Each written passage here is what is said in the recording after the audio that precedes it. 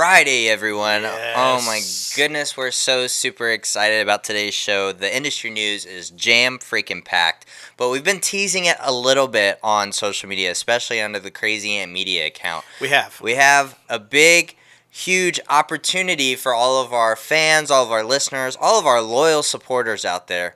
We finally did it, guys. We started a Patreon page. Yes. So now you can support us with just a small little donation every single month or a one-time offer.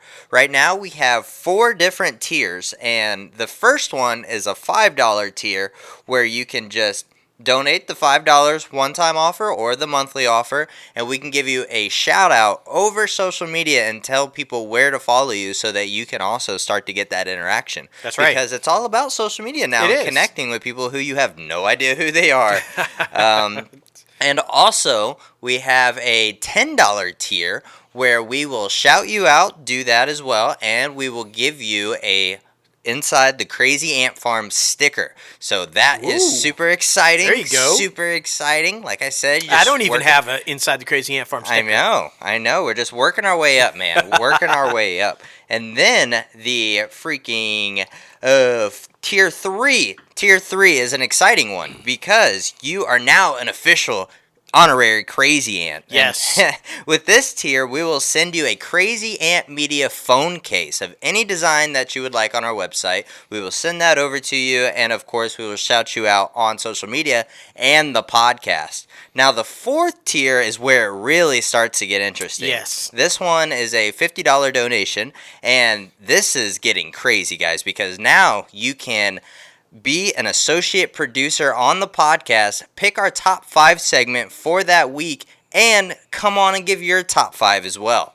I mean, that's awesome. Yes. Especially if you're trying to build up your IMDb Pro profile. I mean, get you another little credit. And then the 4th and final tier is the biggest one of them all. Donate $100, either the one-time offer or throughout the months, and we will give you all of that. We'll give you the shout-outs over the podcast and social media. We'll give you stickers. We'll give you a phone case. We'll give you a shirt, and you can come on the podcast and get a little crazy. Yes. I mean, so it's just freaking phenomenal, guys. We're excited about this new journey because everybody knows we are also a film and television production company, and we are ready to start making some projects for you guys. So it's going to be very fun. We appreciate all the loyal fans and supporters. But now, let's get a little crazy.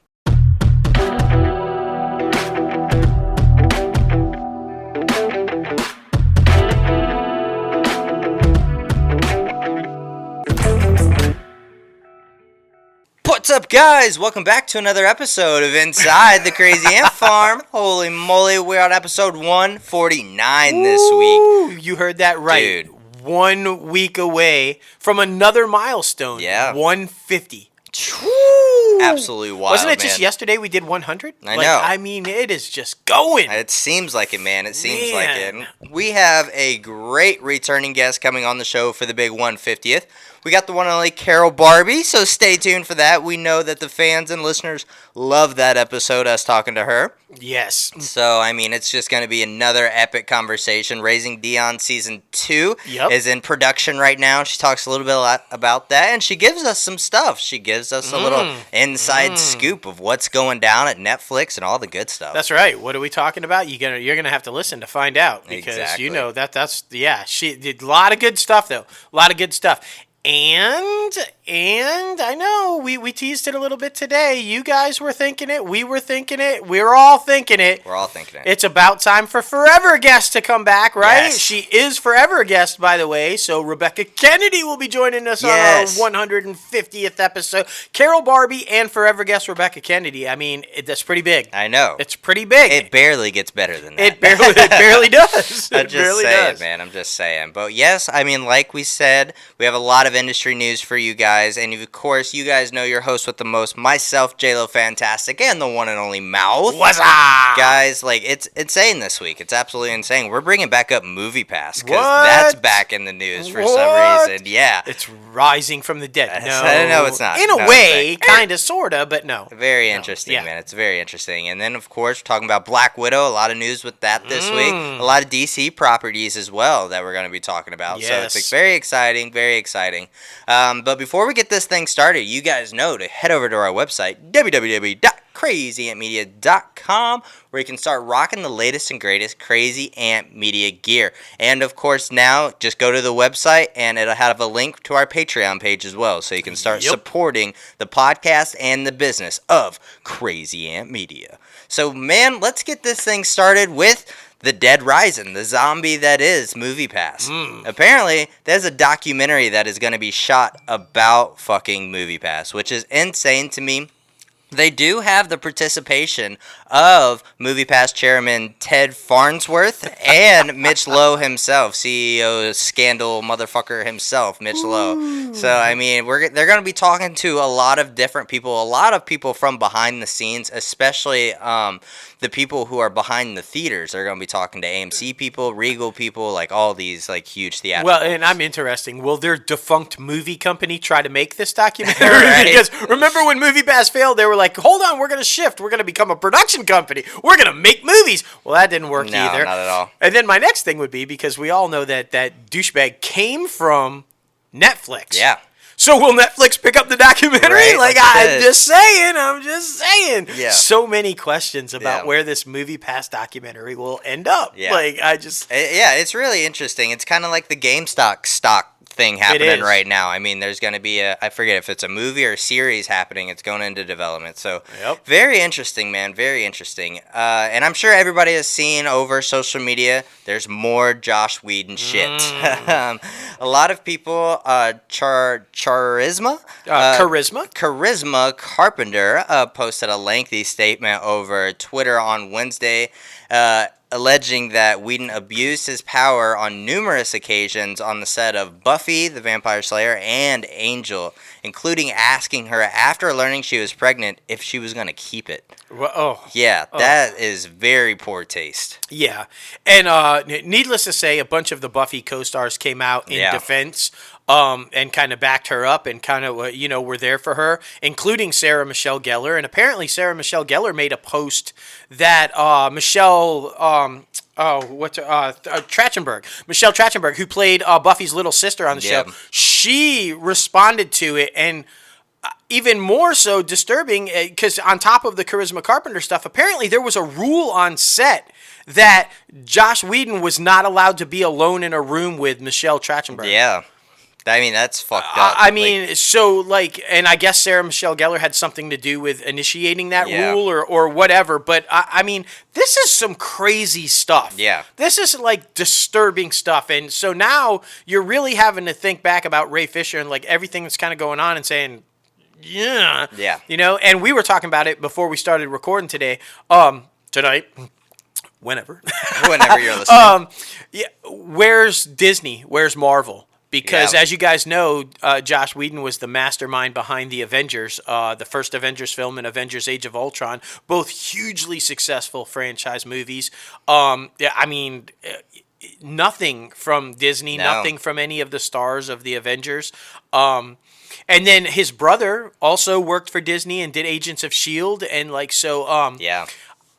I know. Where the silence is definitely like, did anybody else wonder why just after two huge Avengers movies, the franchise was handed over to the Russo brothers? Yeah. Kind of like... Kind of shady. And I mean, obviously it seems to be a pattern. It's happening on multiple different projects. I wouldn't be surprised in the next coming weeks and months that we have more people come out against him that were on set with him in different projects. So yeah, it's very interesting, man. It's fucking crazy at the moment. His silence is deafening. Yeah. Normally, like, I'd be out there, like, disputing absolutely everything, saying none of this is true, it's all lies. The fact that he hasn't really said a word pretty much says everything, I think. I mean... I agree. Alleged. Yeah. It's just another one of those situations like we were talking about where you have to start now separating. Yeah. Like O.J. Simpson from his NFL career, Kevin Spacey and from the acting, and Bryan Singer. Now we have to separate what Joss did as a director with the Avengers and all of these brilliant projects that he did from the human being that he obviously is. And so it's just sad. I know. It's sad. It really is. It really is. Now heading over to the juggernaut itself, Disney. Man, they are rocking and rolling with their streaming service. Mind-boggling. Yeah, it's absolutely insane. Earlier this week, they announced that 94.9 million customers worldwide as of January 2nd of 2021 are subscribed to Disney Plus. They weren't expecting that until year 4. Yeah. They're a year and a half in. Yeah, a year and a half in. And keep in mind, Disney Plus, it's well over 100 million, like almost 150 million or more if you add in Hulu and ESPN Plus. So overall, they're like bundle streaming is just insane. But almost 100 million in a year and a half. Now for their 4-year projection, would they thought 100 million after 4 years, like J-Lo said. Now they're talking 230 or 240 million by year 4. Netflix. Yeah, right on your heels, the man. Mouse is knocking, man. The mouse is mocking. I'm just saying, I feel like while you're doing pretty well with all the awards seasons and everything, Disney is hauling ass at you. Yeah. And I would be looking out. Yeah, I would be looking out. Exactly. They thought they were safe. But just last month, December 2nd, we reported 86.8 million subscribers. And I mean, that jumped nearly 10 million subscribers in just a month. That's insane to me. That is absolutely wild. But WandaVision did drop. It did. The season finale of Mandalorian, so I mean, a lot of that played into it for sure. I'm betting, but I mean, well, and especially introducing, like you said, Marvel stuff dropping finally, and introducing Jedis into the Mandalorian, which probably like a lot of people were like, I don't know if I'll watch it, but then you introduce Jedis, a lot of the fucking fandom are just like, oh shit, like so the Jedi from like the original Luke, trilogy. Man. Yeah. And we found out Baby Yoda's name, Grogu. Exactly. I mean, there was so much hype for that. Exactly. I mean, so it makes sense. It does. Well, I mean, speaking of Marvel, Black Widow, everybody is saying it's still expected to make its big screen debut rather than streaming in, what was it, May? Is that when it's supposed to come out? But the CEO, Bob Chapek, I mean, he said still intending for the theatrical release, but we are going to watch things very carefully to see whether the strategy needs to be revisited or not. Yeah, and that strategy that needs to be revisited or not when his watching of that is a really tight window. He went on further to say that there's about a 3 or 4 week window to where they have to make this decision as to whether they're going to do it. But guess what? Kevin Feige, the Marvel mastermind, the guru behind it all, the one and only, absolutely says, no way, I do not want the hybrid shit. I do not want it on Disney Plus and theaters at the same time. Oh, yeah. No. I know. We'll see how much power he has, man. We were talking about this. We'll see how much power that Kevin Feige actually has. I mean, you're talking about the CEO of Disney, the biggest freaking film studio in the world right now. And I mean, whoo. Let's just say, let's remind everybody, every single MCU movie debuted at number 1 at the box office. Every single one. It's made well over $2 billion at the box office. What shit? Well more than that, because 2 or 3 of the movies alone made over $1 billion. Yeah. Count them all together. I'm just saying, Marvel has made Disney a shit ton of money. They have. They continue, and we've got another story about the anticipation for more Marvel stuff and how it's outweighing Mandalorian and everything. I feel like Kevin's got some power. Yeah. If Kevin says he don't want that, I don't think it's going to happen. Yeah, it's going to be very interesting. It's going to be very interesting to see if he has that power. And you know what I want to know? I want to know if Iger oversteps Chapek to make the decision. Yeah. If Feige's like, no, and Chapek's like, yes, what does Iger do? Does Iger go with Feige, who built the fucking thing like from the ground, or does he go with his new man? He's the tiebreaker. Yeah, he's the tiebreaker. But if he does step over Chapek, then like, why is Chapek even there?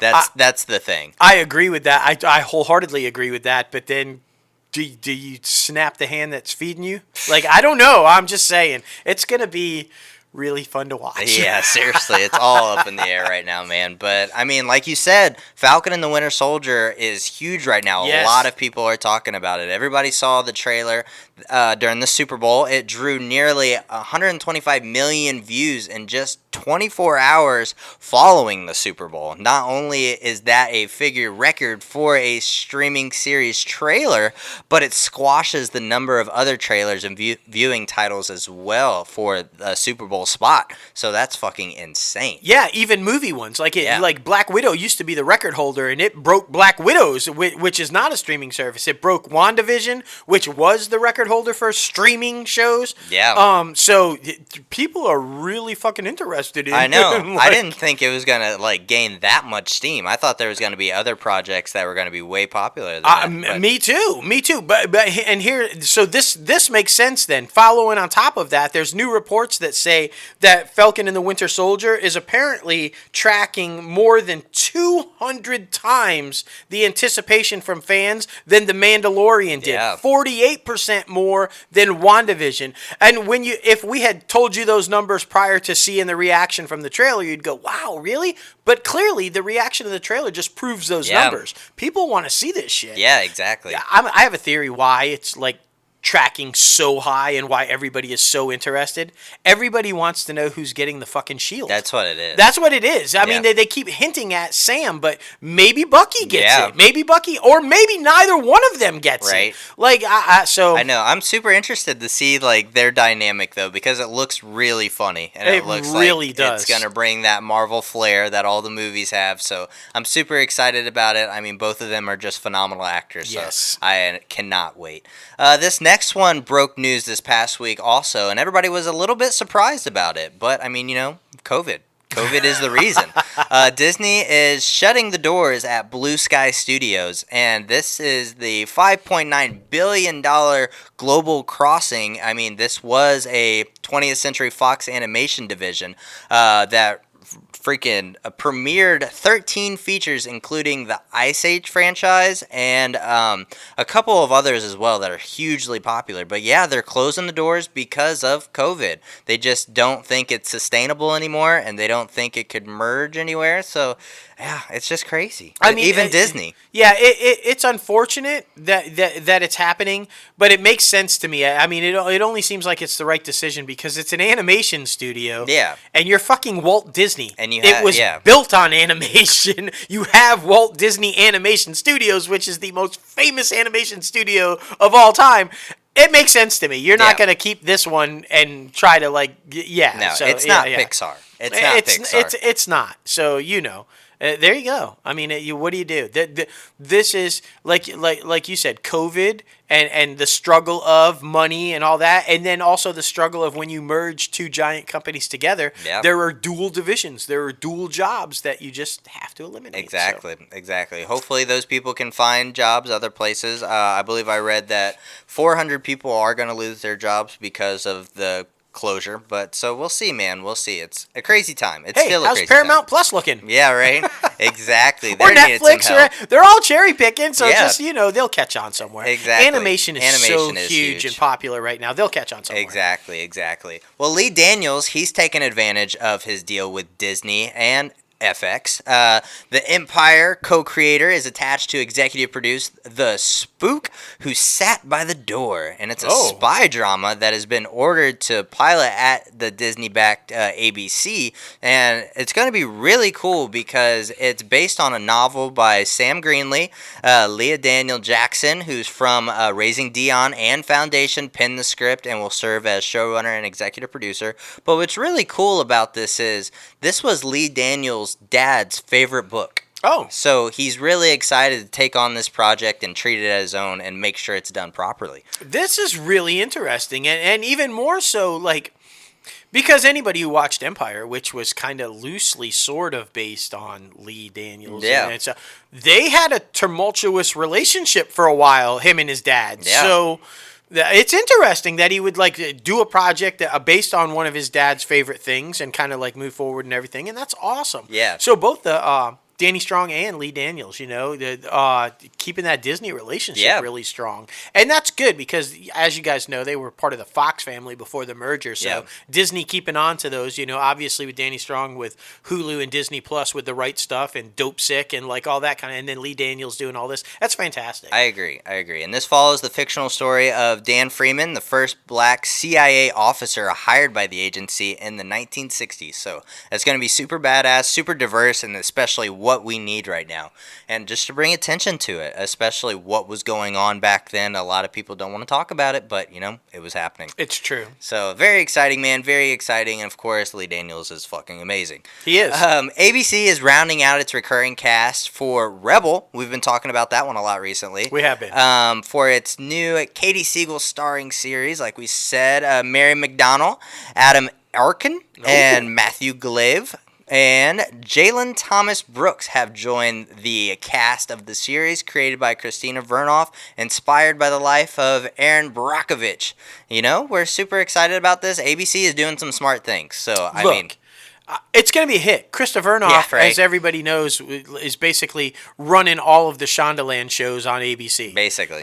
She's like the head person on Grey's Anatomy. She's the showrunner and all the... So she clearly had a mentor that taught her extremely well. Yep. She herself is massively talented, and then you add Katie Sagal. Yeah, exactly. Who, like everybody knows, is just like ridiculously talented. So it's going to be a hit. I agree. It's going to be a hit. I agree. We've been talking about a lot of documentaries recently. Netflix, is in the lead with the documentary game, but we talked about Amazon trying to jump in that. Well, now Hulu is also trying to jump in that. They have 3 documentaries in the can that they're just ready to shoot out. We Work, Kid 90, and Sasquatch. Set to release on the streaming service this spring. Kid 90 is an intimate look at young Hollywood starlets growing up in the 1990s.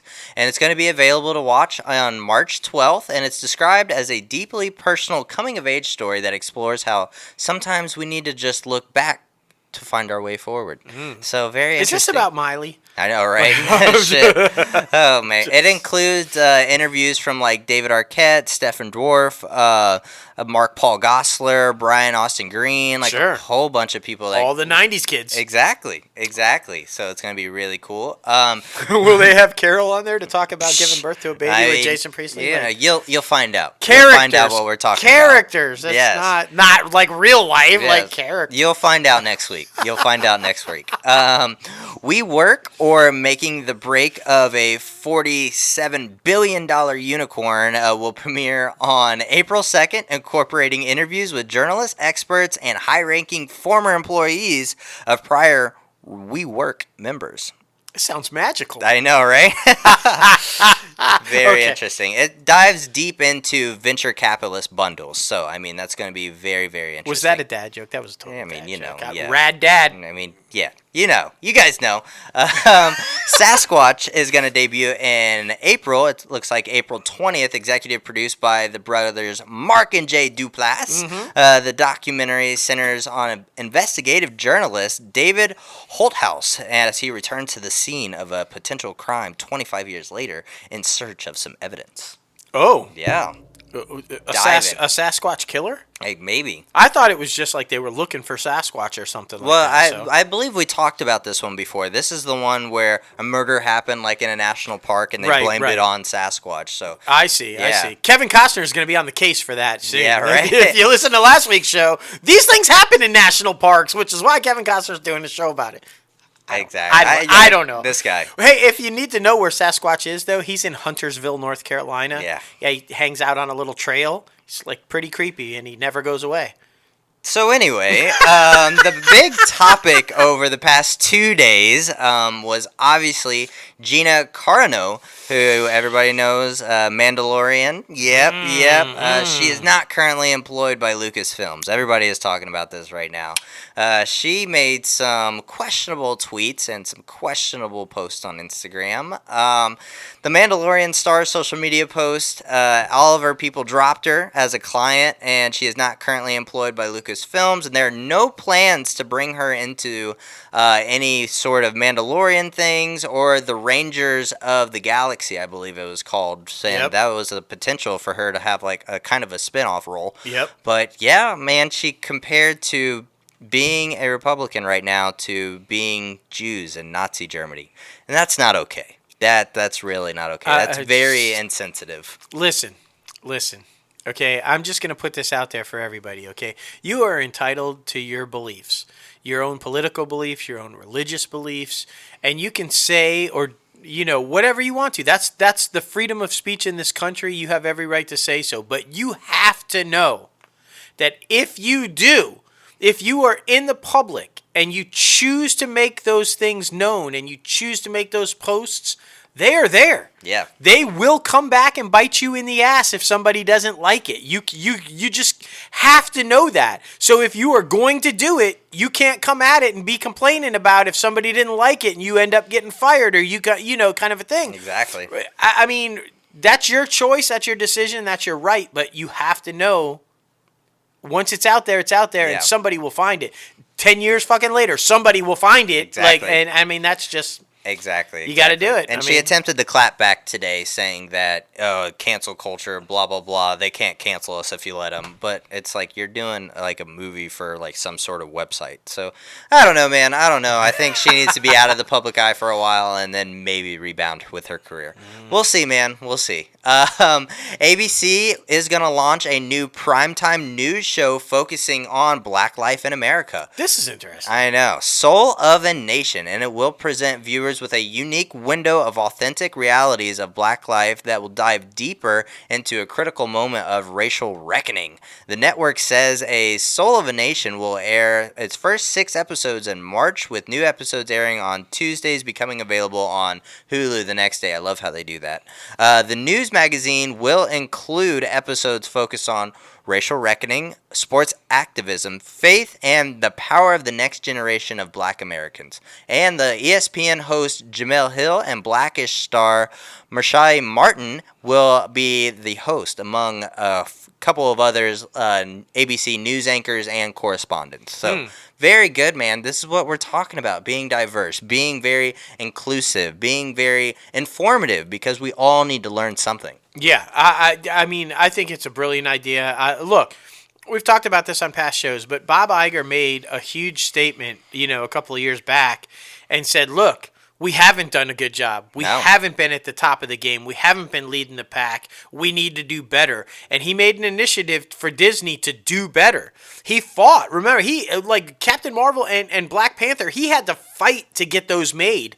And I think this is a guy that's just, he's done a brilliant job of taking Disney from behind the pack and now leading the pack in diversity and trying to do the right thing and get stuff out there. So kudos to Disney for doing shows like this.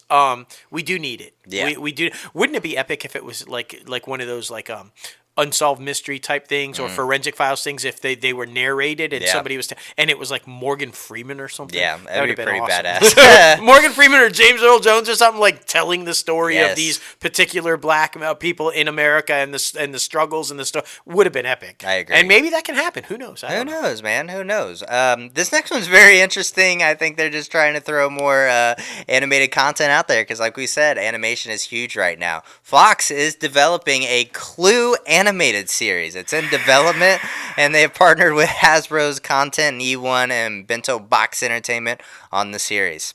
So yeah, there it is. Just maybe I'll do a cool drawing of the characters one day. I mean, because that would be kind of Colonel Mustard and Professor Plum and stuff. No, it might be okay, but you don't need to do a cartoon about it. I know. You don't need to do a cartoon about it. Very funny, man. It's very funny. Like we did say animation is like maybe some of those employees from will jump on there. Exactly. Like, who knows? Just saying.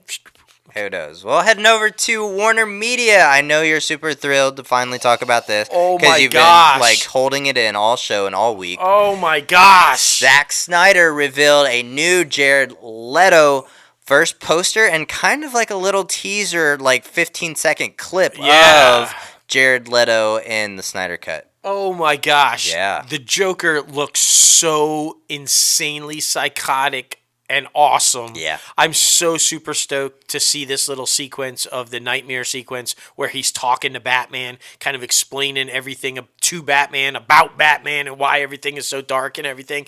And as if that wasn't epic enough, like J-Lo said, they released a little teaser too. The fucking Dark Side and Granny and like, oh my God, and the black suit Superman with the eyes. Oh my God. I cannot wait to watch this film.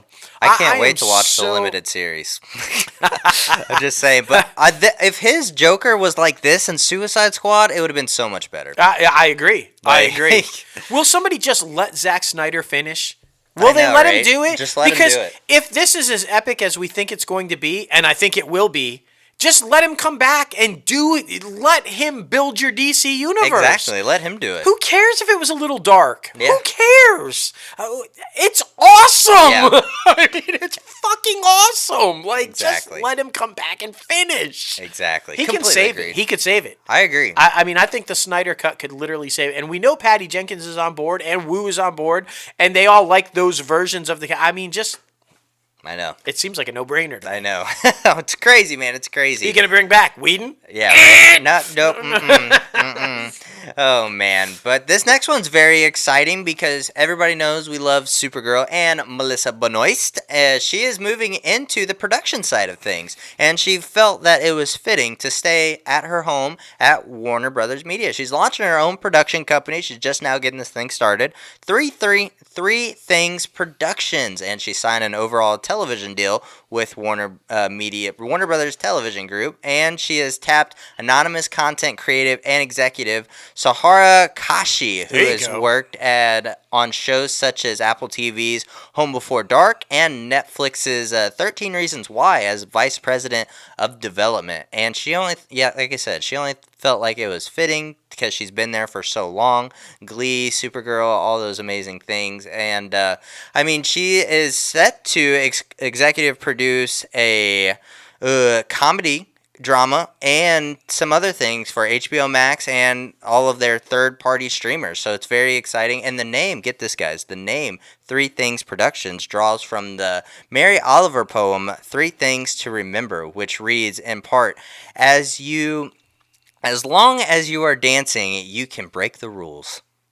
Yeah, I like it. I like that too. I love it. And I'm a huge fan of Melissa Benoist. I think she's like severely underrated and like definitely one of the most talented people. If you guys, I mean, she sings, she dances, she acts, she's just phenomenal. And I love this move behind the camera. I love that she's going to be a creator. And I mean, if you guys didn't see her, just for example, like on Broadway with Carole King, playing Carole King on Broadway, it was just unbelievable. I mean, this woman is so talented, and just I wonder if the hubby's going to get in on it. Like I would bet. Yeah. I mean, you know, so I hope she just smashes and has huge success. She's well deserved. Agreed. Something else that's very interesting in their decision making over at the CW and Warner Media, Warner Brothers, all that good shit.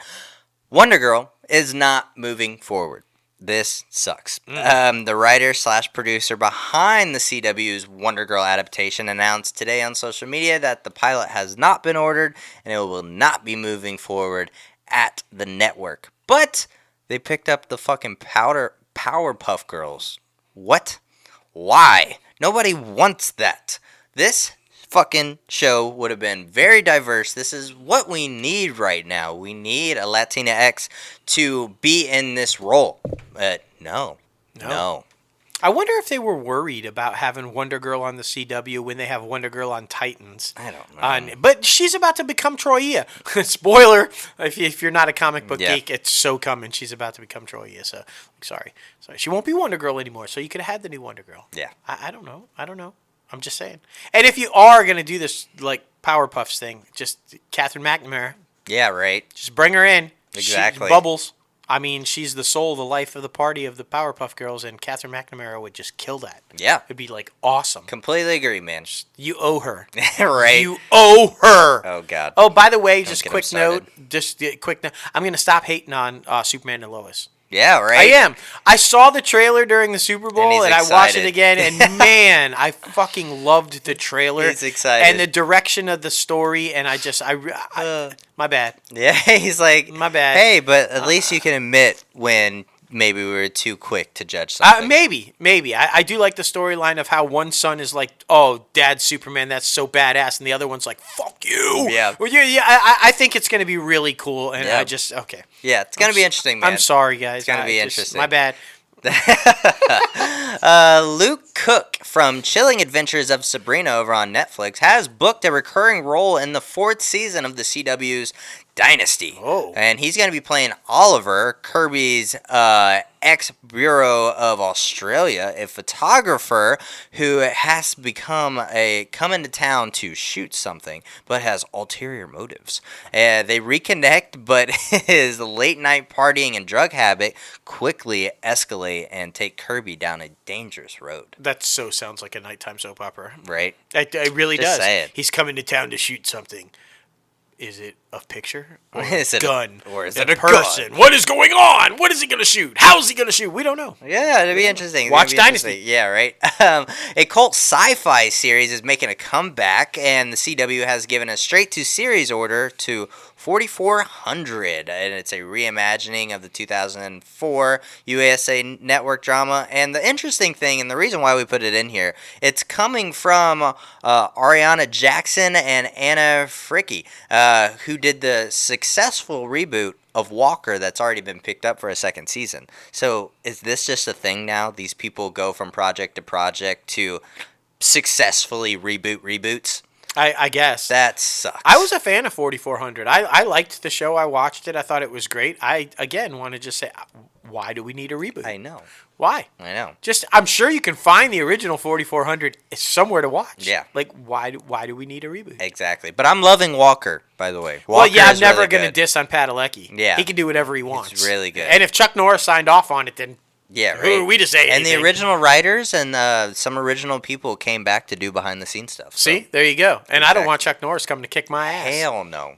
Or Padalecki. Yeah. Like, no. He'd fuck some shit up. He would. He would, like Visual he'd effects. bam this desk right in half. And Bow! all right. All right. Visual effects and animation studio Animal Logic confirmed that Warner Brothers Animation, they're going to be doing a musical adaptation of Toto, the doggone amazing story of the Wizard of Oz. Okay. Interesting. What's Toto got to say? What's Toto got to say? Oh, Toto's got a lot to say. Does he? Toto's got a lot to say. He's got a lot to say about that damn witch. Why he's always in a basket. Like, Dorothy, why am I always in a fucking basket? Let me out of the basket. Like, Toto, I bet Toto's got a lot to say. You think? Okay. Well, we'll find out. We'll see what happens. We'll keep you updated on that one. So it's got to be very You know if interesting. dogs could talk. You know. Just saying. You know. You go, Toto. Oh, man. This next one caught some steam on Twitter the past couple days, and it's very interesting. The 4th iteration of True Detective may be well in the cards for HBO. I mean, they're talking about bringing new writers back to the dark crime series, and an HBO rep told Deadline that it was hopeful to bring a new way of storytelling into this epic, like, genre and show. It's safe to say that we're working with a couple different writers to find the right tone and take, and it's definitely an area that could be very interesting, and I think it could be interesting to have a new voice. Definite. Yeah. I mean, I think one of the reasons this show has worked as well as it has, and probably will continue if they do this, is because they keep changing up the cast. They keep changing up the, it's been very successful for them. It's like a new series every season, and I think that works. I like when shows do that. Like Fargo does that. I mean, the fucking Chris Rock one that's on right now. So I like when shows do that. It's really good. The upcoming The Last of Us series adaptation at HBO has just cast Bella Ramsey in a lead role of Ellie. Now this is another video game adaptation. I mean, that's huge right now. We've been talking Amazon's doing it, Netflix is doing it, now HBO. And Ellie is going to be playing a 14-year-old orphan who has never known anything but a ravaged planet. In the show, she struggles with the balance of her instinct for anger and disfinance with her need to connect with and belong to a newfound reality of life, trying to save the world. And this girl's going to star opposite the Mandalorian. Yeah. Because Pedro's in this Exactly. thing too, right? Well, he was cast as lead, right? Yeah, he was cast as Joel. And what's really cool about this, these are 2 Game of Thrones alumni. Yes. Miss Ramsey there died. They both died. They both died in a very brutal, gruesome death. So maybe they can talk about that on set. Maybe.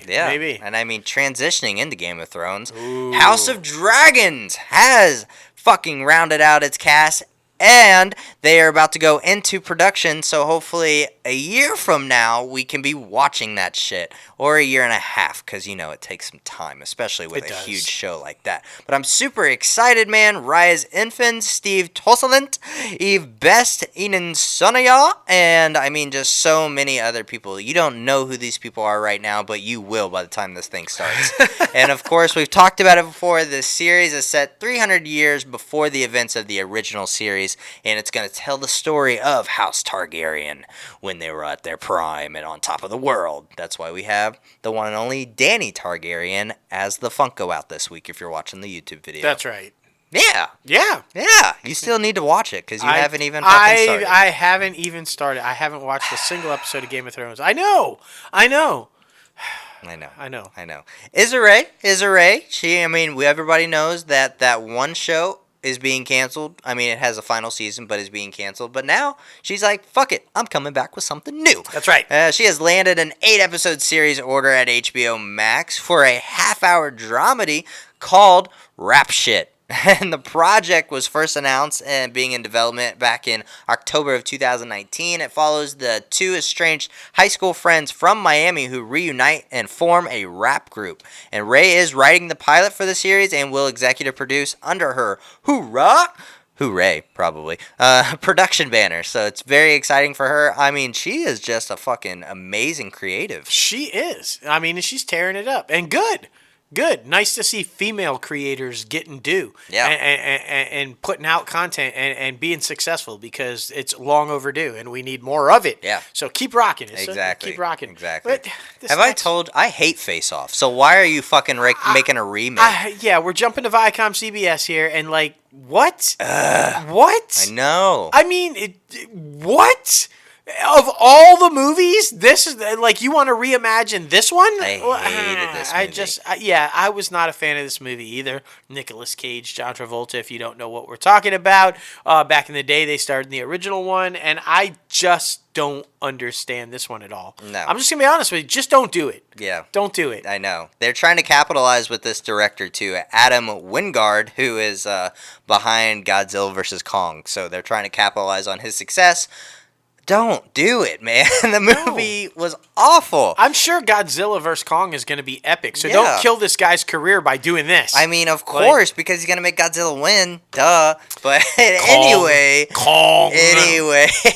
Did you guys check out Queen Latifah's Equalizer last week after the Super Bowl? Well, it was actually pretty badass. She was fucking kicking some ass.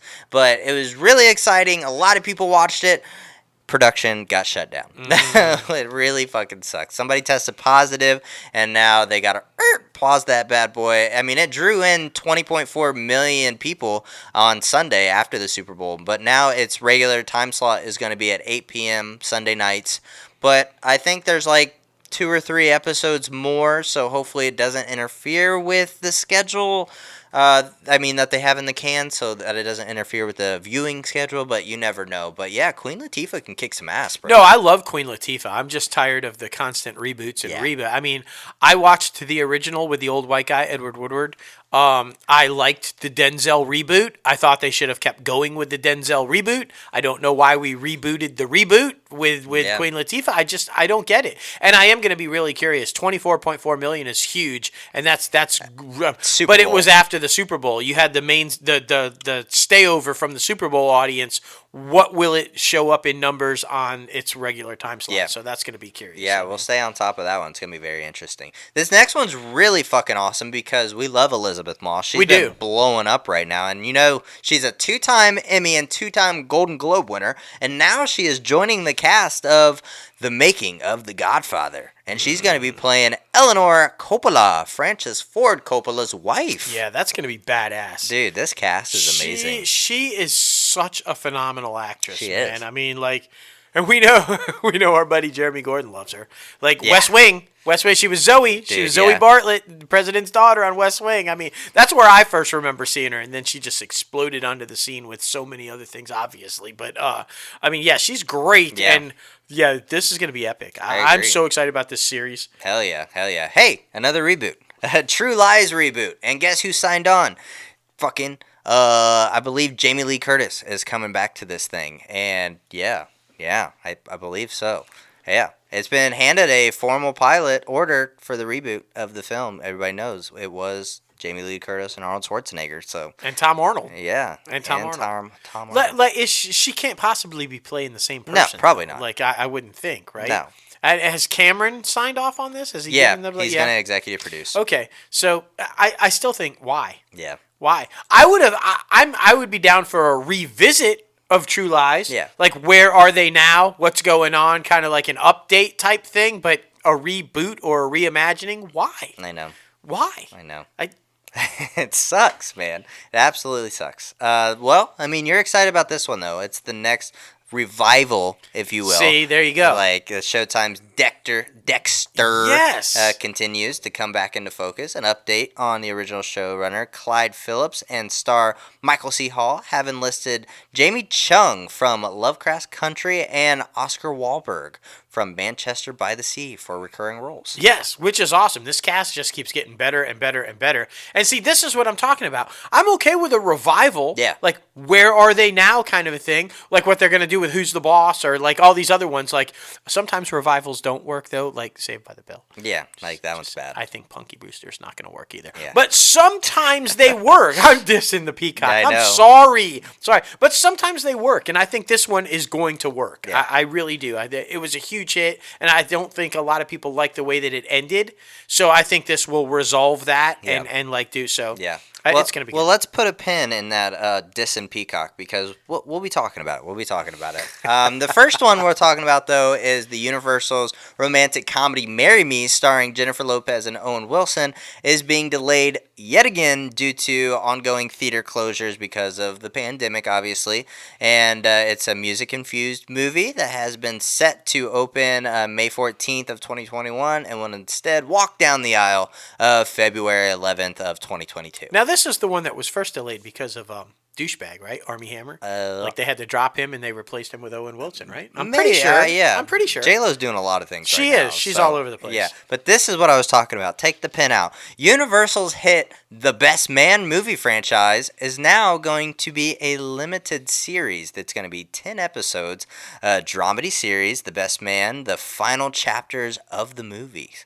So, yeah, writer and director Malcolm D. Lee, former Insecure executive Dana Lee North, and the core stars stubbed original cast from the movies are set to return, including Morris Chestnut, Taya Diggs, Regina King, Terrence Howard, basically Nia Long, all of them. They're all coming back. Yeah. And they all apparently reached 7-figure deals. And I'm surprised Regina Regina Hall didn't get a bigger one. Yeah. Just saying. I know. I know. Regina Hall's awesome. I'm okay with this. Yeah. Because again, this is like a continuation of where are they now, right? Like the final chapters in this storied like group of people. And so I'm okay with that. Yeah. I'm fine with that. I don't It even know might- what the original is like. Oh man, they were really fun movies. Yeah, they were good. I actually enjoyed the movies very much. So I'm excited about this one, and maybe the Peacock will finally have a reboot that works. Never. We'll see, man. Well, revival. It's not a Revival. reboot, but a revival that works. Yeah. I mean, like, you know. Exactly. But you keep going with Saved by the Bell. Yeah, right. Good luck. Brooklyn Nine-Nine is finally coming to an end. I mean, I never watched it, but I heard a lot of people liked it. But this one got canceled a few times before. And, Right. Like, it got 8 seasons out of its run, so good for you. On 2 networks. Yeah, 8 on seasons 2 on 2 different on networks. 2 freaking networks. I guess 3, but 2, because it was like what? Well, it was NBC, then it got canceled, then it went to Fox, now then it it got went back to canceled, now it NBC. went back to NBC. Yeah. And so like, I don't know. Yeah, so I mean, good run. And was a Andy good Samberg, like, I mean, y'all did it. Good for you. I mean, I'm happy. It's always good when you can finally, like, you can end the story right because you have that time and have that notice. So Yeah, right, exactly. Because sometimes shows get like they have no idea they're not going to get picked up, Yeah. and they're writing for a season finale instead of a series finale, and then we all get screwed. Exactly. So yeah, that's good. Exactly. Well, heading over to Sony, this next one is huge, man. I love Absolutely this. huge. Freaking Sandra Bullock and Brad Pitt are finally going to share the screen together for the upcoming Bullet Train. We have been talking about Bullet Train for a year. We have. I swear, every show for about a year, we've announced some new cast member Yeah. for Bullet Train, and now like Sandra Bullock. Oh my god! And Yeah. guys, this is the first time they've ever worked together. It's crazy. I mean, they're both huge. They've both been in all these things, but have never worked together. So Yeah. now they will. Yeah. I think that's going to be good chemistry right there. I agree. I think that's going to be like phenomenal. Good for Sony, man. Yeah. Good for Sony. Yeah. Oh, we just want to throw this in for Sony real quick and / Marvel or whatever. You may have heard Keanu Reeves was offered Kraven the Hunter as in a Spider-Man spinoff. He said no. He said no. He said no. Said no, thank you. No, thank you. Yeah. I'm fine with that because I didn't think Keanu was going to be a very good Kraven the Hunter. I love Keanu Reeves. I mean, I didn't see that. That was bad casting. So Yeah. I'm glad he said no. He must have thought so. Yeah. He must have thought, this won't work. And good for him for knowing. Exactly. Okay, Exactly. just put that out there. All right. Heading over to Lionsgate, Star's Step Up TV series is moving forward following last year's tragic passing of the leading lady, Naya Riviera. The Lionsgate TV production, after consulting with the family of the late star, has enlisted Christina Milian to replace Rivera in the scripted series, and the soundtrack and the Oath alum will take over the part of Colette, previously played by Rivera in the first 2 seasons of the YouTube turn star update on a feature film at the same name. So Yep. it's going to be very interesting. With Jessica Alba. Remember the Yeah. films? The film started Jessica Alba. But yeah, I think this is a smart move. I think it's good recasting. Yeah. It's unfortunate why it had to be recasted, but you guys if you guys don't remember, that's the Glee star who drowned when she Yeah. was out with her son on the boat in LA. So I like this move. And classy, though. Classy Asking move, the by the way, family. asking the family if Yeah. it was okay to move forward with the recasting and to make sure that they were okay with who they were recasting with. Yeah. Much respect. Yes. I think that was a good move. Exactly. This is what I got confused with the True Lies thing. That maybe she's not in the True Lies, but she signed on to Borderlands, the movie, the show or the movie we're talking about with Kate Blanchett and Kevin Hart, the adaptation of the popular video game, and director Eli Roth. But details about her character are very unknown. So. Yeah. Okay. All Yeah. right, I can see it. But I'd be okay like with her True Lies. You know, I'm not okay with them redoing it and everything, but I bet coming back, yeah. she could still rock a striptease. I'm just saying, the Yeah. woman is beautiful for her age. She's awesome. She's fantastic. Eat that yogurt. Just eat that yogurt. You Yeah. too can do like awesome stripteases. Yeah. I'm just saying. Yeah. Just saying. So anyway, Dave Chappelle, we're talking about Netflix. He finally got that money, man. He got his name back. paid. He fucking got paid. Dave Chappelle is returning to Netflix today, and the comedian revealed that he spoke about his dealings with Comedy Central and thanked Netflix chief operating officer right now and co-CEO Ted Sarandos Yes. for standing by him and taking the Chappelle Show off of Netflix because Chappelle asked him to. And I mean, absolutely phenomenal because he came to an agreement with Comedy Central and Viacom CBS, which was the alleged company that was freaking taking all of his shit and not giving him any royalties for it. So I'm glad he's finally getting paid, and he said they paid me millions. So there you go. he deserves it. He does deserve it. I mean, people were ripping him off left and right for the Chappelle Show, so it's good to get paid for what you did. That's how it's supposed to work. Exactly. So good. Thank you, Netflix. Exactly. This next one's very interesting, and I know you're a huge fan of this guy. I am. Michael Chiklis. Yes. Is set to star along star-studded cast of Adam McKay's next film, Don't Look Up. He's joining Mark Rylance, who is also joining the cast, but Jennifer Aniston, or Jennifer Lawrence. Yes.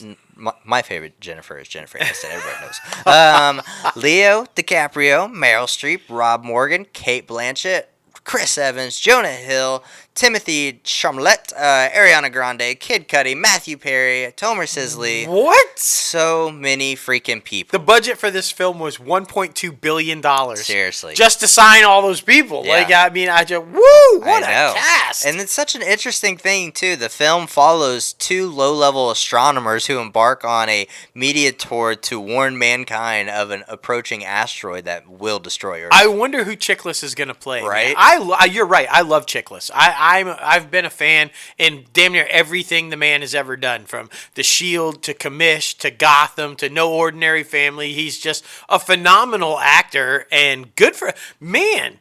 Checklist, like look, that cast, that bro. Cast is woo! Great. Yeah. Good for you, man. Keep rocking, bro. Exactly. Judd Apatow is doing some things at Netflix as well. He has set the cast for his upcoming Netflix comedy, The Bubble. And remember, the guys, this is about like actors during quarantine trying to continue making a film, and it's basically this one has got a crazy cast as well. The Borat sequel breakout star Maria Bakalova, and Jumanji Welcome to the Jungle actor Karen Gillan, and Iris Apatow, Fred Armisen, Pedro Pascal, Keegan-Michael Key, Leslie Mann, and so many freaking others are on this call sheet, guys. But yeah, I mean, this thing is also rounding out a phenomenal cast. Yes. I like how they always refer to as the jungle, Jumanji.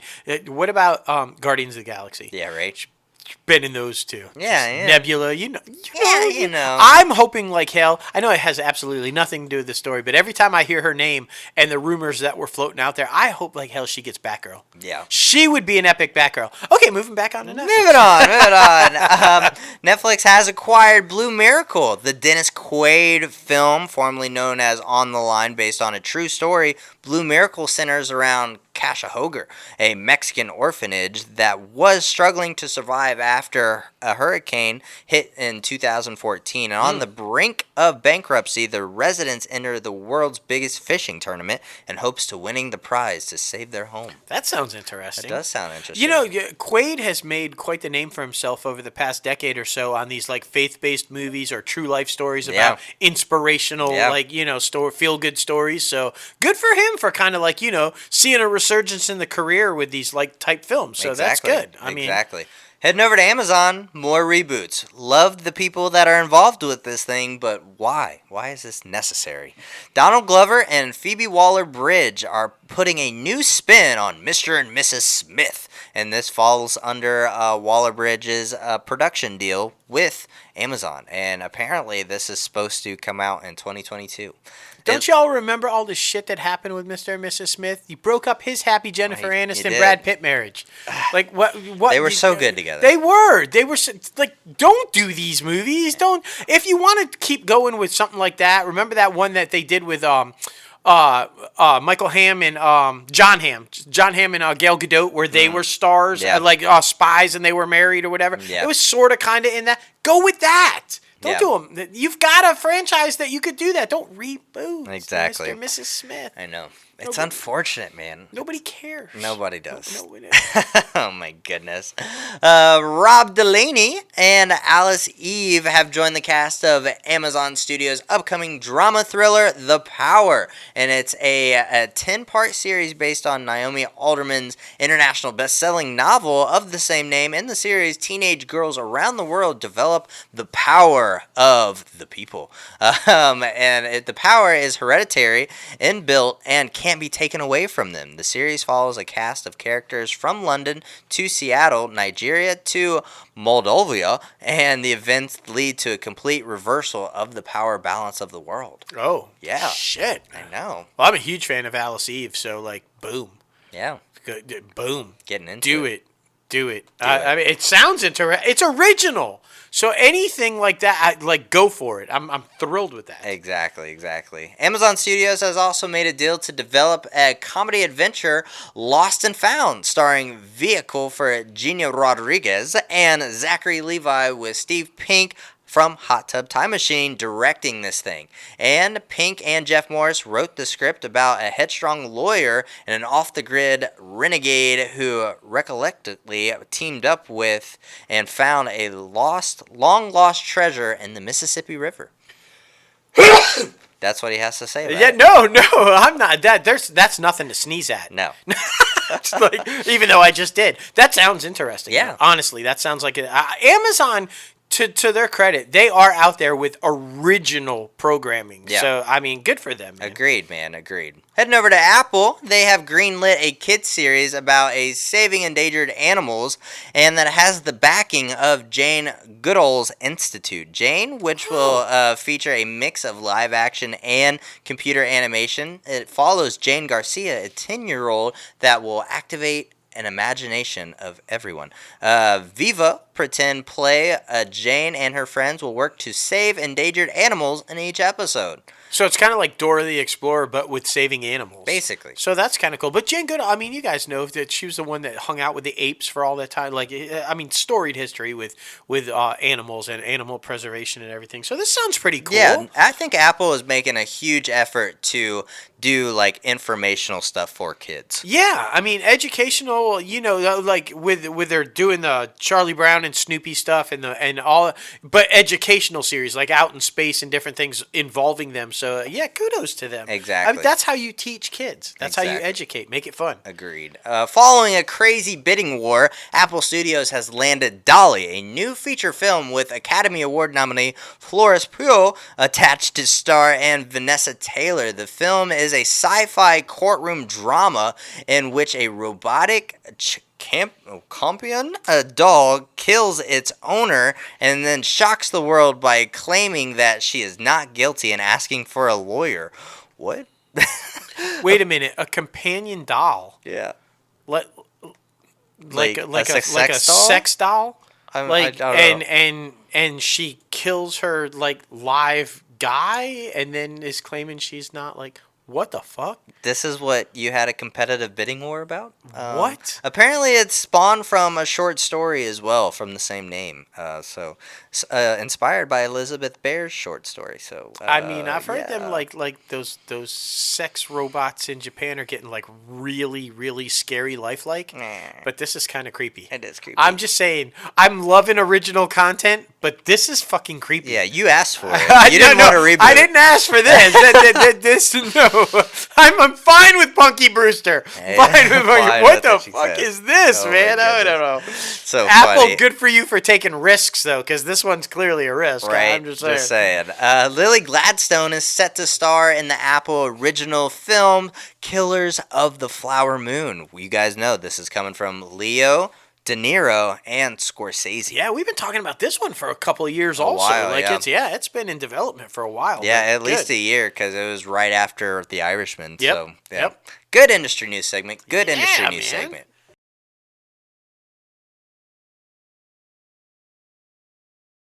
All right, now it is time for the top 5 segment, man, which you could join us on and pick the top 5 if you were to donate on our Patreon page. I'm just saying, I'm pushing that a lot. That's I'm right. Pushing that a lot. You are. This week it is top 5 influential celebrities. And I mean, these could be anybody who's in the news, tabloids, anybody who is not a normal person. Yeah. I mean, and wielding the power. And wielding that power. Jason, man, every week it's difficult. It is. It's really, really difficult. Our podcast producer, Jason. Yes. Just so okay. I like my list because you guys know I'm an '80s guy, so a lot of mine are from the '80s, but in some odd, weird way, still influence what happens now. Yeah. What? Yeah. Okay. All right. I know.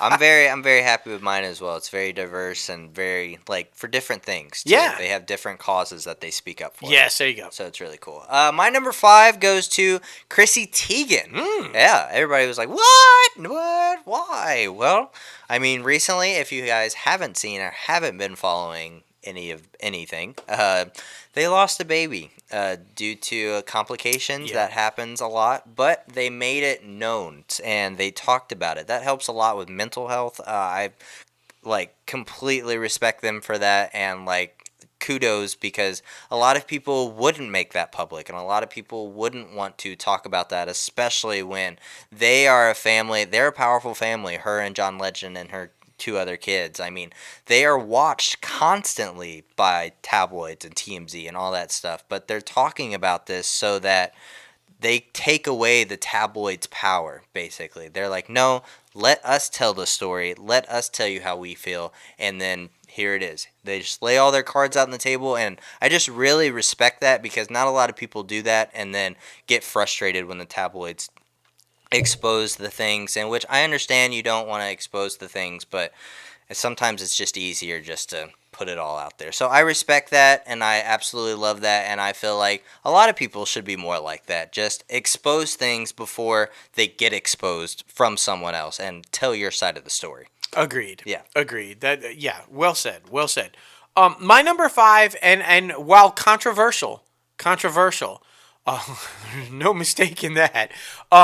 I think hands down one of the females that was groundbreaking in paving the way for the movement that we're seeing now.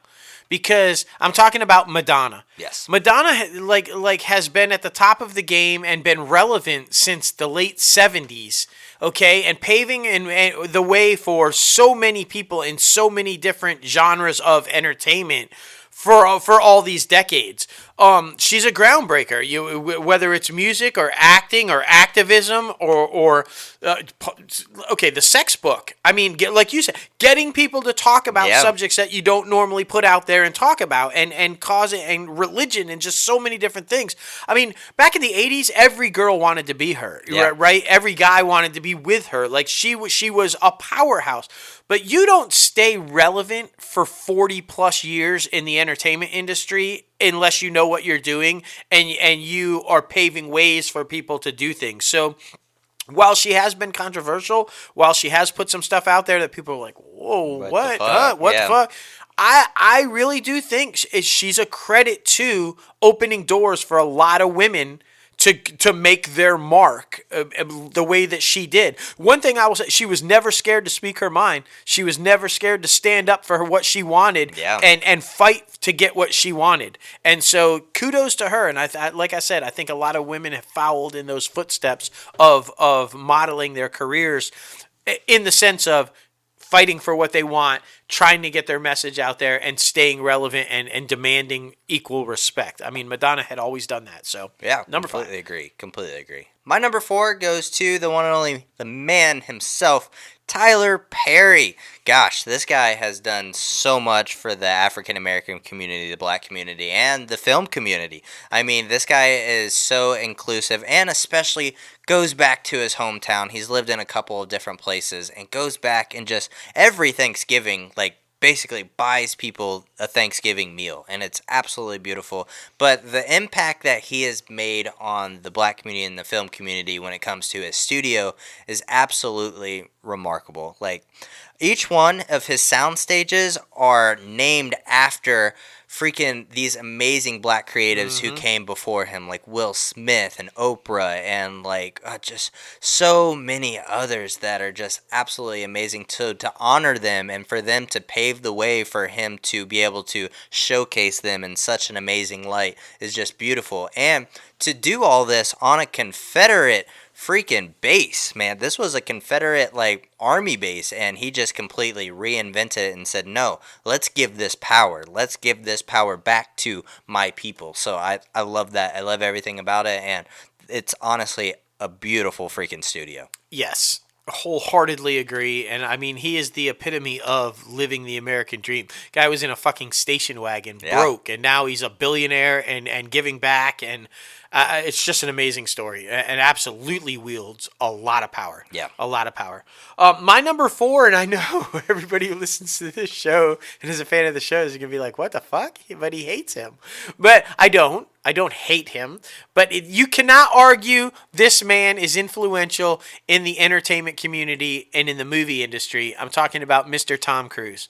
Okay, this is another guy who basically from the 80s all the way till now has dominated the box office. Like him or hate him, whenever he releases a film, it goes gangbusters at the box office. It does. I mean, he has dominated with franchises, and I have no doubt the Top Gun sequel is going to be huge. The next Mission Impossible is going to be huge. But what he's been able to do with he's basically single-handedly kept Paramount alive for all these years. Yeah. You know, him and his partner Leslie Wagner. It's an amazing accomplishment to stay relevant at the box office for 40 years. It's just incredible. And how much power does he still have? Let's forget the rant about that he did on the Mission Impossible set or whatever.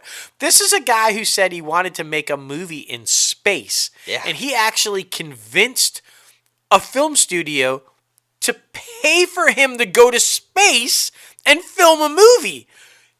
That's power. Yeah. That is some is. serious power, and you only have that power and that influence when you are making hit after hit after hit after hit after hit. So, influential? Yes. Now, again, I feel like most of mine are controversial. Right. I mean, Yeah, there's a some little bit. stuff. There's lots of rumors about Tom. Probably a lot of it true. Maybe some of it not. And then the Scientology stuff Yeah. and the whole arranged marriage kind of stuff or whatever. But I'm talking from a pure power influence standpoint in box office clout.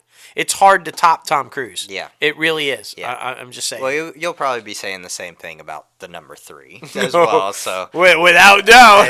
yeah. Well, my number 3 does not have any controversy behind his name. George Lucas. This man obviously started something amazing. One of the first people who brought pop culture to life and made it like so well known and well liked and brought that fan base. But also, this man is an inventor. He fucking created so much technology that we still use today. I mean, fucking Favreau using that wall right now that came from I was about to say George Clooney. I'm tired. Wow. George Lucas's like technology, and it just keeps evolving throughout the years. But this man has so many freaking patents, like it's insane. It's absolutely insane. I mean, and he's not done. No, not at all. He keeps creating. He keeps influencing other people to continue on. It's amazing. It's absolutely amazing. And he's so involved in the Mandalorian and all the Star Wars stuff still going on. Even though he's not a part of it, he's still there. He's still influencing. It's amazing. My number 3. Oddly enough, kind of sort of linked to yours because they had worked on projects together and different things, which is kind of weird. But my number 3 revolutionized the music industry as we know it from the 80s on. In the era of MTV and music videos and epic performances and telling stories, little films, if you will, with music and everything, Michael Jackson. Yep. Probably the most influential and for the longest time the biggest selling artist in music history for like I can't even tell you. But how many times have you seen a recent movie where Michael Jackson songs are in it or they're paying homage to him, like 13 Going on 30 with the dance for Thriller and like all this stuff. The man revolutionized the way we approached music from Thriller on. It was just like this is the way we do it, and everybody tried to emulate it, and everybody tried to recreate it, and the collaborations that the man was able to do.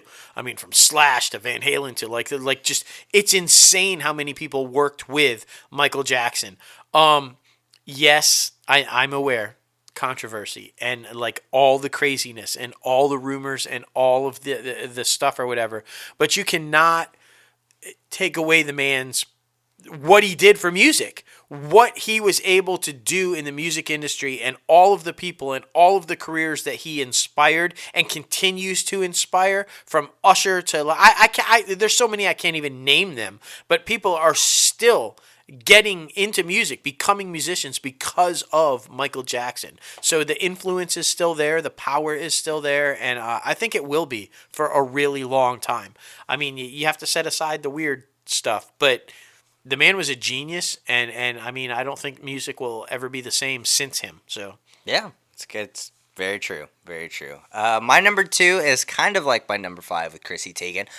Selena Gomez. Now, this one is for putting all of her stuff out there with her kidney transplant and her battle with lupus, and still being able to create so many amazing things. Like right now, she has that cooking show on HBO Max. The first season, you can kind of tell she's going through and trying to adjust the medications with the lupus, and is very kind of weak and just kind of slurring her words, and it's kind of sad to watch, to be honest with you. But when you come back to the second season, she looks so much better and actually is able to do things. So I mean, it's honestly, it's so good to shed light on things that are taboo, or that are things that people don't necessarily talk about all the time, because I mean, if you shed light on your struggles, that also helps other people shed light on their struggles. That's right. And not give the struggle its power. So it's very important. And she has like everything. She's an open book. I mean, the way she displayed the scar from the kidney transplant, or the way she talks about lupus, or even the mental health struggles that she had, the mental breakdown after the whole Bieber fiasco and all that. She's been a wide open book, and I think an inspiration to a lot of young women everywhere, even young men that have followed along it. And so good choice. My number two, very much along those same lines, about a woman who finally came forward and said, enough is enough. I've been in this disastrous thing. My mental health is a mess. I've got to change everything, and revolutionize the way women, again, stood up for themselves and went at it and demanded to be treated equally, and demanded the respect that they deserved. I'm talking about Princess Diana, who basically said enough is enough to Charles and the Queen, and said, this isn't right. This isn't happening. This can't be this way. And humanitarian efforts and world-renowned, I mean, this is a woman who was a princess in the royal family, and all of this kind of stuff, walking through minefields, like in war zones, to try to eliminate the being able to use landmines in war zones, and just so much stuff that she brought to the public out in the open, dealing with her own mental problems, dealing with the stress of the marriage, dealing with the constant paparazzi, dealing with trying to raise kids in that environment, all of the different things that she was able to bring to the table and say, this is me, this is who I am, this is who you can be. You can stand up for yourself. You can get out of it. You can try to live your life. And unfortunately, tragically, died because of that life and because of the paparazzi and the ridiculousness of it all. But I think the way she also was able to pave the way for women to say, hey, wait a minute. It's not okay to be treated like this. It's not all right to, to have this kind of a life and be that way. And I think she was huge in, again, paving the way for women to say, hey, I mean, she was one of the, really, when you think about it, one of the first Me Too people. Yeah. Like, I'm being treated like in a way is not okay, and I need to step up and say how I was being treated, and not let, and I think that influence continues. You see Meghan Markle and even Kate. They're very much along those lines of following in Diana's footsteps, of trying to do the right thing and trying to be like, I can be a powerful woman and be side by side by my man. And there are ways to do it. So Princess Diana, man. Agreed. I mean, she's just... Agreed. Woo. Now you guys see why he's called the Mouth. That was like a 5-minute thing. It was worth it. Sorry. It was worth it. Number one for me is LeBron James, the king himself. Obviously, his activist support and starting his own school, which is absolutely absolutely amazing for underprivileged kids and for kids who might be a little under like the average IQ, under the average like grade point average. So it's just amazing that he in his hometown of Akron as well. But and also on the film side of things, I feel like that was a huge reason why he wanted to make that trade out to LA so he could also dabble in Hollywood a little bit and get some of his projects done. I mean, Space Jam is about to come out on HBO Max this year, and I mean just a whole bunch of other things. But yes, LeBron James #1 for me because this guy never stops working no matter what he's working on. Absolutely, and is appreciative for everything that he has and gives back. Yeah. That's the best way to do it. Okay, my #1, and I'll keep this short, but I feel like this man revolutionized everything in society, and where we are today is because of him. I'm talking about Steve Jobs. Yeah. Imagine a world without Steve Jobs. There would be really like no laptops as we know them, no phones as we know them, I mean, this guy revolutionized the way we look at electronics and up the game of the standard to which they have to be. There was no, we can't do this, it's impossible to achieve, it can't be this way, it can't be done. He said, fuck all that, yes it can, and demanded it. And I mean, come on, this guy revolutionized everything, and everybody I still feels like chases Steve Jobs' Apple. Yeah. That's the pinnacle of where everybody is trying to reach, I think. So Steve Jobs. Steve Jobs, and it man. goes with your list, George Lucas. Yeah. You know, I mean, Steve Jobs, Pixar, that whole thing came from Lucas. They collaborated way back in the day. I mean, so it's just, two geniuses that revolutionized the way we look at things. Agreed, man. Agreed. It's absolutely amazing. Who are your top 5 influential celebrities, and for what reason? We want to know. Be sure to comment on our Twitter, Instagram, YouTube, all that good stuff, because we like the fan interaction. It's all about that good stuff. Now heading over to box office recap. The Little Things came in at #1 with 2.1 million. The Croods: A New Age with 1.7 million, and then Marksman with 960,000. Wonder Woman 1984 with 905,000, and then Monster Hunter with 586,000. Yes. Yes. Wonder Woman 1984 and the Marksman keep bouncing back and forth. Yeah, right. Liam and Gail are having a little back and forth. It's fine. It's exactly. New movies that are coming out today: Judas and the Black Messiah. That one is out on HBO Max simultaneously with theatrical release, so you can watch it right now on HBO Max after the show. Miniari and Fear of Rain, Land and Adverse. Oh. Yeah, only know what one of those is about. Our movies you can still go see in a select theater maybe near you. News of the World, Promising Young Women. Lord of the Rings, A Fellowship of the Ring. I had no idea that was back in the theaters. Me either. And The War with Grandpa. What? Bobby. Still there, Bobby man. is still there, man. He ain't going nowhere. Hell yeah. Bobby is not going Hell nowhere. yeah. Well, now heading over to IMDb Pro Top Trending segment. You guys know what it is. We love it. You love it. Get it. If you don't, freaking have it. Yes. The movie this week is The Dig, which I don't know. Do you know about this one? I have no idea. Oh, we're gonna have to We're look gonna have at to look it up. Then. Yeah. IMDb Pro. Exactly. And for the second or third straight week in a row, the top trending TV show is WandaVision. Holy shit. By no surprise. Yeah, no, you see him out in front. If you're watching YouTube, you see him out in front of my computer.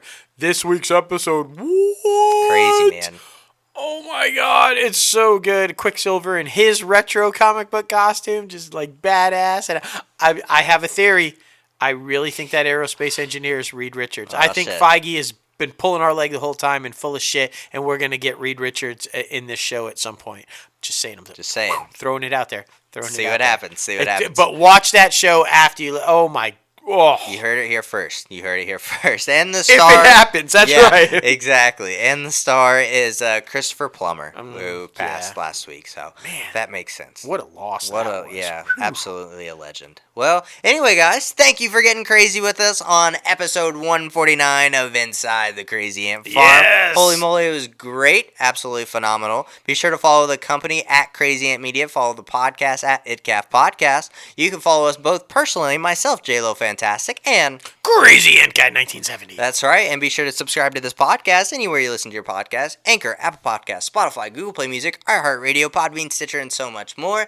Be sure to like the video on YouTube, subscribe, and ring the bell for all those latest and greatest crazy ant notifications on YouTube. And of course, be sure to visit our website, www.crazyantmedia.com, to head over to our Patreon site and make a nice donation because we freaking appreciate you. And merchandise. And merchandise, of course. Everything. We have merchandise, we have stickers, we have hats, we have freaking mugs. Like, it's all great, guys. It's all great. Now, I mean, I gotta say, everybody knows I put out the Funkos, but Game of Thrones, I'm super freaking pumped because it is in sight, man. It is in sight. I'm going to say the same thing about the Falcon and the Winter Soldier. Yeah. I'm super pumped. It's in sight. WandaVision will be wrapping up here in a couple of weeks, and that's the next one to come out. And and another thing I really enjoyed discussing that I'm just going to keep an eye on and like what is going to happen is the whole Kevin Feige Black Widow situation. Right. Who will win this thing? So, Yeah. Gonna be interesting. Exactly. But you know who wins at life because, she's the only O that matters. And how did she not end up on our influential list? I know, neither one of us. We're sorry. Oprah!